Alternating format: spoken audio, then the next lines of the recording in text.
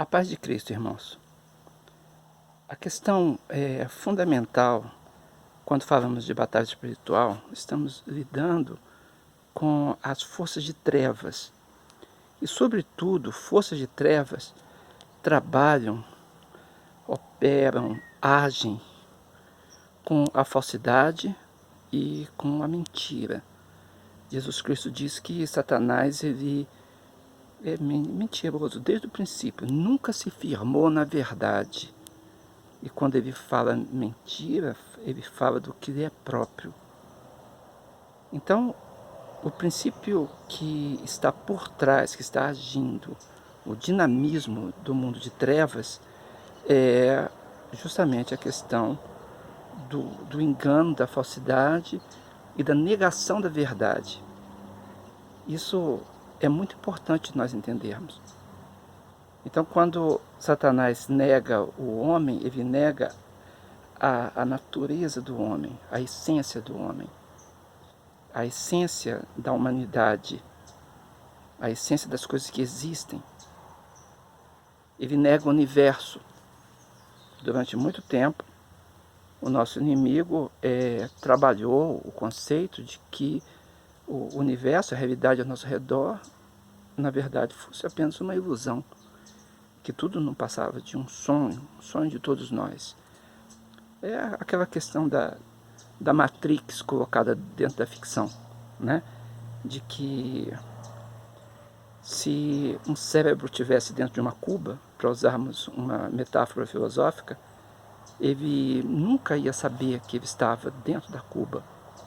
E dessa forma que o conceito de Matrix, muito bem retratado num filme, é o conceito, a teologia, a ideologia, é o jeito da operação do mal nesse mundo que nós vivemos. Então, Satanás, ele nega a realidade, o universo que existe ao nosso redor. E ele quer nos induzir a negar essa realidade. Ele quer que a verdade seja negada. E aí o conceito de que não existe mentira, existe diversas opiniões, diversos conceitos e pontos de vistas. Só que os diversos pontos de vistas, eles não estão trabalhando com a verdade, mas estão trabalhando com a interpretação da verdade. Então existe uma verdade que pode ser interpretada, não uma verdade que pode ser negada ou uma verdade que pode subsistir com o engano e com aquilo que é errado. Quando pensamos, inclusive, no conceito de universo, ora, se houvesse muitos universos, muitos versos de uma mesma realidade, então nós já não teríamos integração de nada. E esse é um problema. Então, quando estamos na natureza, hoje eu estou, porque eu estou aqui na MID, e eu estou trabalhando aqui os conceitos, né, esses dias, e conceitos de batalha espiritual, e eu estou aqui no que a gente chama de jardim de oração, que fica aqui atrás de mim. É um lugar de clamor, de recanto, de que nós podemos meditar e ficarmos à vontade diante de Deus, né? Mas todos esses conceitos que nós estamos falando são a forma do inimigo agir. Então, o que é o homem? O que é a realidade ao redor? Essas são questões que a humanidade tem trabalhado há muito tempo. Mas o nosso conceito do que nós somos, isso está colocado, está já revelado pelo que as Escrituras Sagradas, a Bíblia, diz a nosso respeito. Então, a Bíblia coloca o homem como criação de Deus e diz de que essa criação ela foi colocada com propósito, e o propósito é a glória de Deus. Fomos feitos de Deus para Ele mesmo. E a Bíblia diz que colocado o homem foi como um sinete, uma coroa da criação. O homem brilha ou reflete o brilho da glória de Deus. Por isso o Senhor disse, façamos o homem à nossa imagem, conforme a nossa semelhança, e domine ele sobre... Aí ele fala sobre a natureza, porque o domínio do natural é a afirmação do espiritual. Então, se o espiritual está sendo afirmado, nesse caso, o que é natural se sujeita ao espiritual. Dessa forma, podemos dizer com mais amplitude que o espiritual, ele absorve o natural. Essa declaração, uma declaração forte, tem muitas implicações. Na verdade, quando estamos diante de Deus, todas as nossas questões, as questões da cultura, a questão dos problemas, a questão desse mundo que nós vivemos, se tornam muito pequenas. Porque quando estamos em oração, em clamor, em jejum, em quebrantamento, em adoração, então o que nós somos vem à tona. E o nosso propósito se mostra e aparenta diante do que buscamos, que é refletir aquele propósito que Deus colocou em nós. E o propósito de Deus é a glória. Glória é uma palavra totalizante. Muitas vezes ela é apenas significada como um brilho. A glória não é apenas um brilho, é uma palavra de resultado. Tudo que Deus tem, tudo que Deus faz, tudo que Deus é em si, domínio de Deus, resulta na sua glória. A glória de Deus, então, é um resultado das coisas. E esse resultado precisa transparecer e manifestar-se em nós. E Jesus Cristo veio restaurar, então, a imagem perdida do homem. Qual a imagem que foi perdida? A imagem e semelhança de Deus. Desfocado, porque longe de Deus, opaco e sem poder transparecer aquilo que Deus colocou dentro de si, e retorcido e sem poder apresentar o reflexo da palavra e daquilo que Deus manifesta em nós e ao nosso redor, e da própria natureza que Ele colocou, e da natureza que somos nós mesmos, fazendo parte dela. Isso é a revelação do sobrenatural, e esse é o nosso potencial, o potencial em Deus. Então, quando nos afastamos dessa realidade, quando estamos longe daquilo para o que Jesus nos propôs pela sua palavra e pela sua obra na cruz, quando isso acontece conosco, irmãos, significa que nós não vamos nos manifestar como homens, como humanidade que somos. Então, toda mentira e toda negação do que somos vai ter um aspecto maligno de manipulação, um distanciamento daquilo para o qual Deus nos criou. É dessa forma que a aproximação de Cristo vai nos dar identidade, vai nos dar propósito e vai unir a fragmentação que aconteceu conosco. A glória de Deus, ela é harmonizadora da realidade. Quando estamos perto de Deus, a presença de Deus, a glória de Deus, ela harmoniza a nós. Mas quando estamos longe de Deus, então todo tipo de esquizofrenia, e aqui eu estou usando esquizofrenia não só com o sentido psíquico, psicológico, mas estou falando da repartição existencial do homem. Hoje em dia é possível alguém estar com o seu corpo fragilizado, mas está alegre espiritualmente. Repartição. Dificuldade de nos entendermos a nós mesmos. Às vezes alguém pode estar com como diz o Senhor Jesus Cristo, o espírito está pronto, mas a carne ela é fraca.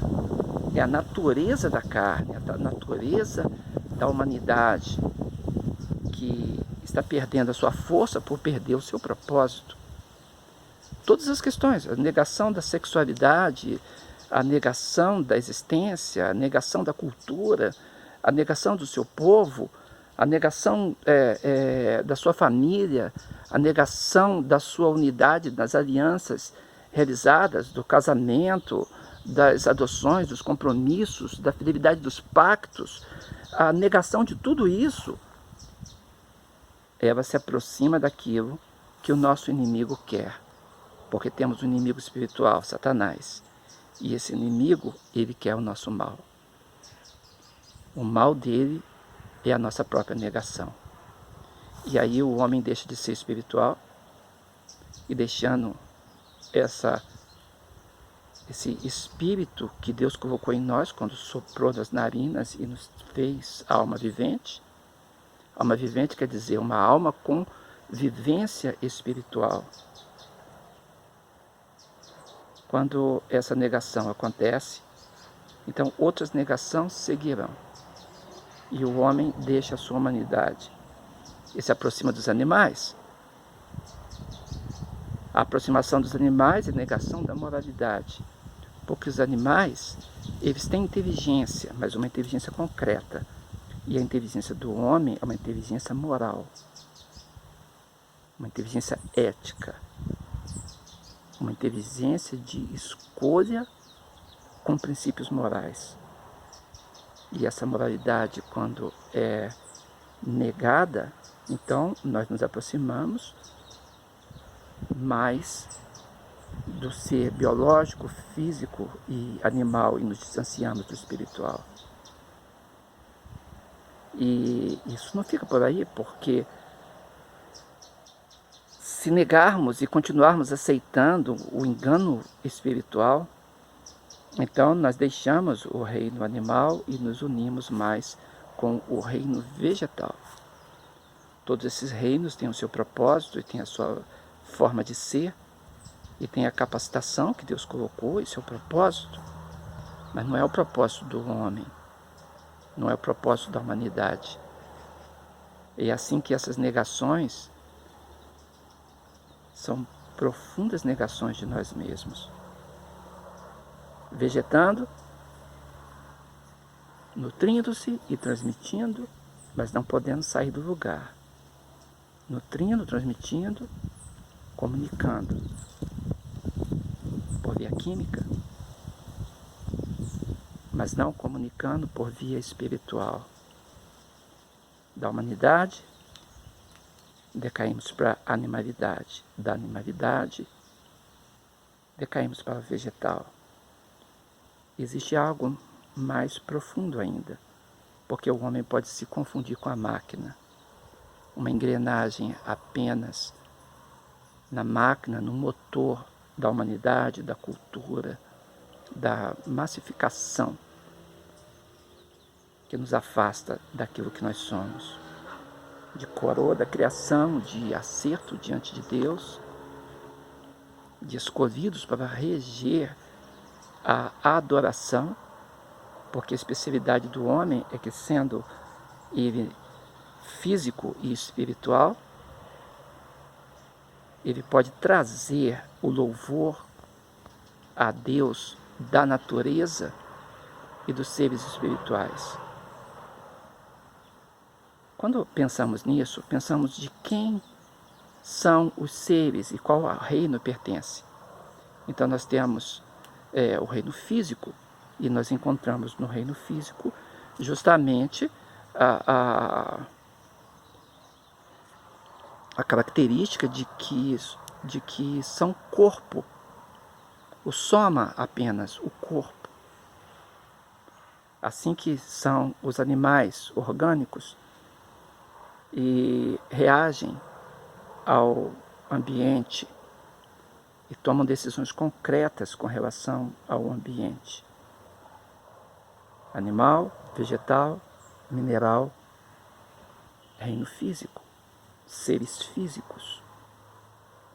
O reino espiritual, nós temos os anjos de Deus, perfeitos em adoração, mas também os anjos caídos, negadores do universo, que vivem o antiverso, o inverso, a negação da verdade e do que há, a negação de sua natureza.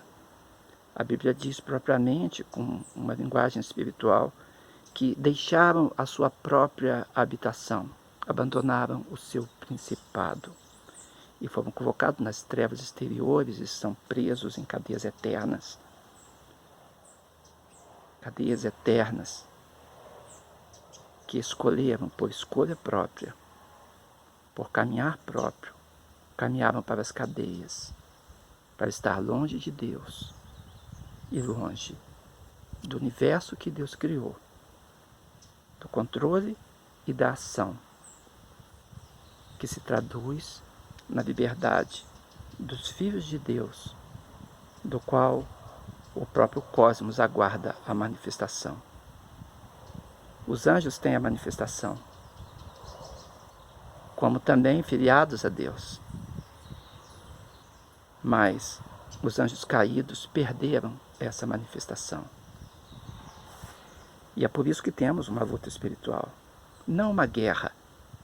A guerra Jesus venceu na cruz, quando submeteu a si todos os principados, poderes e autoridades. É o que diz Colossenses capítulo 2. Havendo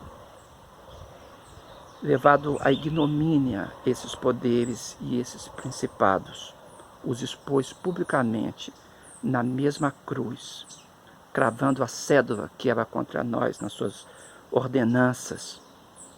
Foi assim que Jesus nos livrou desse estado perdido e nos aproximou, de uma vez por todas, do seu reino, que a Bíblia chama do reino do Filho do seu amor, o Filho de Deus que se apresentou por nós. A negação de quem somos. Ela inicia pela negação da própria sexualidade, que muitos estão confusos hoje. Não é uma negação total, é uma orientação que se coloca. Todos temos essa escolha e direito legal de a fazermos. Esse direito também é espiritual. Mas ele traz sobre si uma condenação. A condenação de desonrar o seu próprio corpo, como diz Romanos capítulo 1.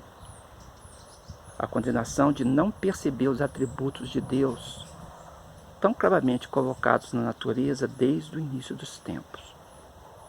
Atributos de bondade e atributos de poder. É isso que perdemos quando negamos a nós mesmos. A negação da fé, e passamos a viver por vistas, pelas circunstâncias, e não por aquilo que Deus apresenta de nós e Deus quer de nós, ultrapassando as barreiras e nos colocando frente a Ele, para reluzirmos como astros no mundo. Ele mesmo nos fez reino, reis, sacerdotes, povo seu, povo adquirido, povo peculiar a Ele. A peculiaridade do povo de Deus é a peculiaridade da espiritualidade que o próprio Deus tem. Porque Deus é espírito. Importa que a adoração a Ele seja espírito e em verdade. Assim, a adoração a Deus implica que o nosso espírito esteja habitado pelo Espírito de Deus. Então, a solução de Deus para o pecado não é simplesmente a religiosidade, não é simplesmente o ritual. O que Deus coloca para nós e o que Deus quer de nós é que a adoração a Deus seja relacionamento com Deus. E essa é a palavra-chave da criação de Deus. O que Deus fez surgir quando criou o homem? Fez surgir um relacionamento vitalício, dinâmico, um relacionamento de identificação. de forma que é uma mentira de Satanás colocada desde o princípio para nossa mãe Eva e passado também para nosso pai Adão, nossos primeiros pais. Porque quando é dito que Eva seria como Deus, conhecedora do bem e do mal, se comesse do fruto proibido no jardim do Éden, estava dizendo Satanás que Deus estava escondendo algo do homem, escondendo algo de Eva, escondendo algo bom, escondendo o fato de que poderíamos ser como Deus. E essa é a grande tentação até hoje, a tentação da magia, da feitiçaria, da idolatria. A tentação de manipular o espiritual, mover o espiritual a seu favor, em detrimento de outro e negando a glória de Deus. É por isso que o Senhor Deus revelou pela sua palavra até onde Ele quer nos levar. Até a estatura de homem perfeito, de humano, de varão perfeito. Até a plenitude de Cristo. E Cristo é Deus. Deus nunca quis negar ao homem, nem uma vez, nem por um instante, o potencial que Ele mesmo colocou no homem e a regência que Ele colocou sobre a natureza, apresentando no reflexo do que seria a atuação sobre o Jardim do Éden, sobre os animais, e nomeando a todos eles e sendo colocado como coroa da criação, o brilho da criação, a regência da criação, com base naquilo que Deus tem, faz e é. O caminho do céu é o caminho de Deus, porque Deus é o céu e Deus é o caminho. Por isso Jesus disse: eu sou o caminho, a verdade e a vida, e ninguém vem ao Pai senão por mim. Ele não falou: ninguém vai ao Pai senão por mim. Porque Jesus é Deus. É uma trindade. Ninguém vem ao Pai, porque Jesus está no Pai. E o Pai está em Jesus. O verbo está muito bem adequado na nossa tradução. O que Deus quer de nós? Deus quer que nos manifestemos. O caminho é simples.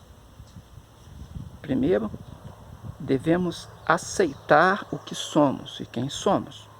Somos seres humanos, alma vivente, uma alma com uma vida espiritual. Segundo, aceitarmos o ambiente que Ele nos deu, o contexto que nos colocou, porque a natureza, ela foi colocada por Deus para que nós estivéssemos nela. E dessa forma, o que temos que fazer? Temos que tomar posse daquilo que Deus nos apresentou e aceitar o cuidado de Deus por nós.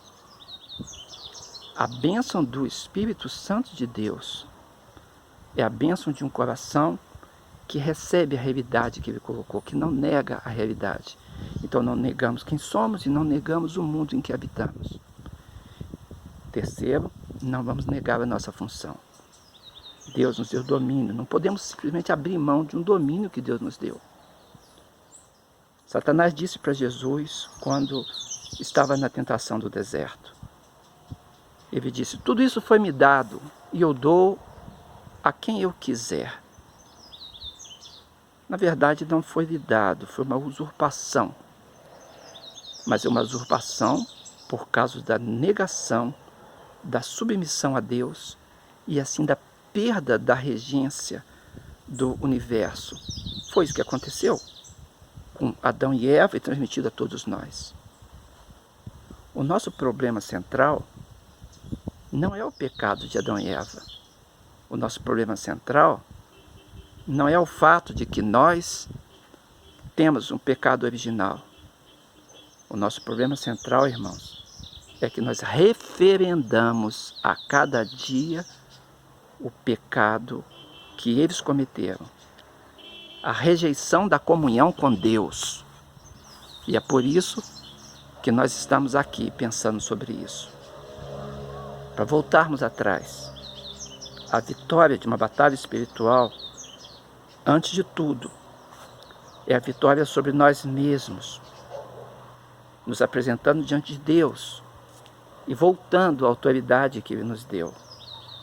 A autoridade de cultivar a terra e guardar. De quê?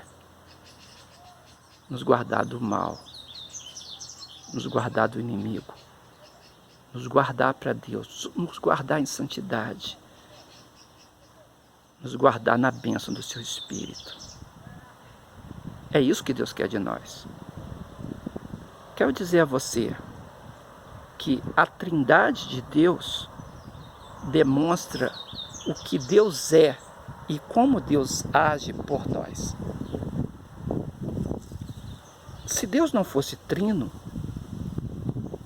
não existiria amor no mundo, porque ninguém pode dar aquilo que não tem.